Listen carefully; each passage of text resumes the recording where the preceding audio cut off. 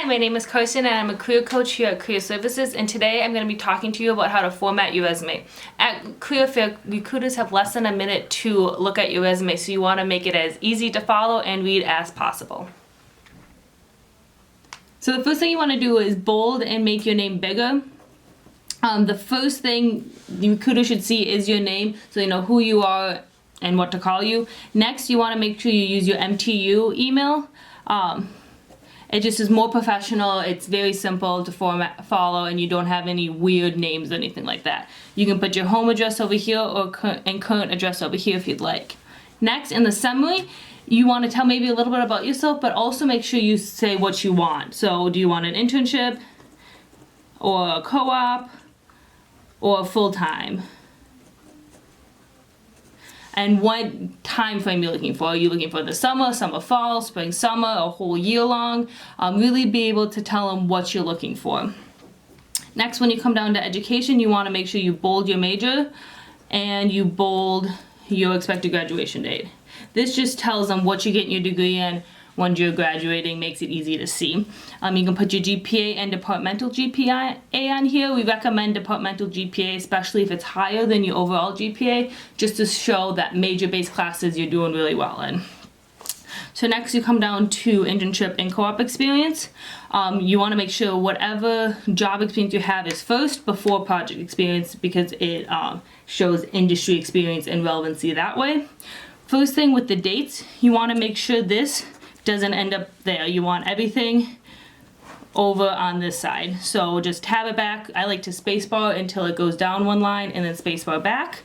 And then with the months, you either keep them the full month like this, or you can abbreviate like this, but keep it consistent. So either full months, abbreviations usually work better.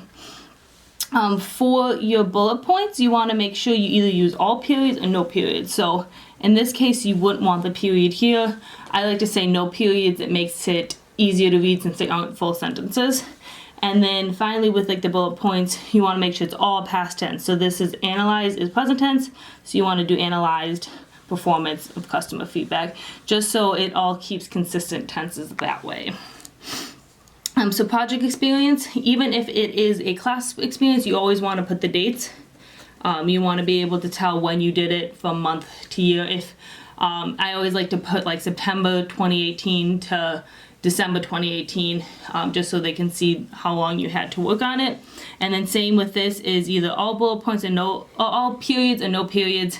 I like no periods, so you would take all of those off here. All right, so next we'll be working on computer and technical skills, so just columns like that is totally fine. Sometimes if you start getting that section really big, you can add more columns, and that's just a simple table with a no border there.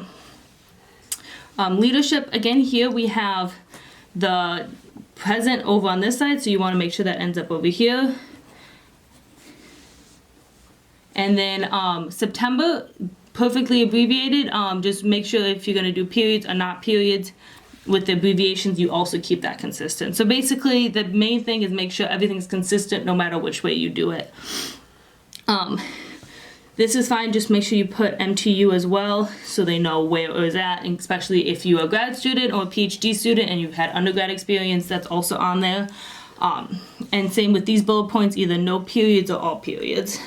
The dates here ended up right next to it, so make sure you tab that over so they're all right adjacent, and then you capitalize present. Co-curricular involvement. This header is different than the rest of the headers, so make sure you keep that consistent as well. So this should be all caps and the same size as the rest of these for that. And then same thing here, you should put MTU just so they know where you did it at. And then with the dates here, you either want periods or no periods, but they have it abbreviated nicely.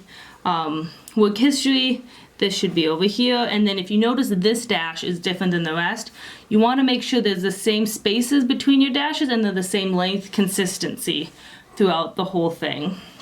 Finally, it looks like interest is just randomly here on the bottom because they ended up on the next page. So make sure everything fits to one page. You can do this by changing the line spacing a little bit. Sometimes like this could go down to like 5 font if you do an enter here. So you can change that. You can adjust the margins a little bit, but make sure it's not too small. And then if all else fails, you just have to start taking stuff off. So that's the basics. So this is what a good resume would look like. Your name is nice and bolded at the top. You have MTU there. Bolded major, this isn't bolded, but you can bold that or not bold that. I prefer bolding it. And then everything is consistent. All the dates are along the sides, all abbreviated, no periods. All the dashes are the same length. Co-curricular involvement's capitalized. Everything fits on one page and it looks nice and neat and it's easy for the recruiter to read. Thank you for watching this and I hope that was helpful.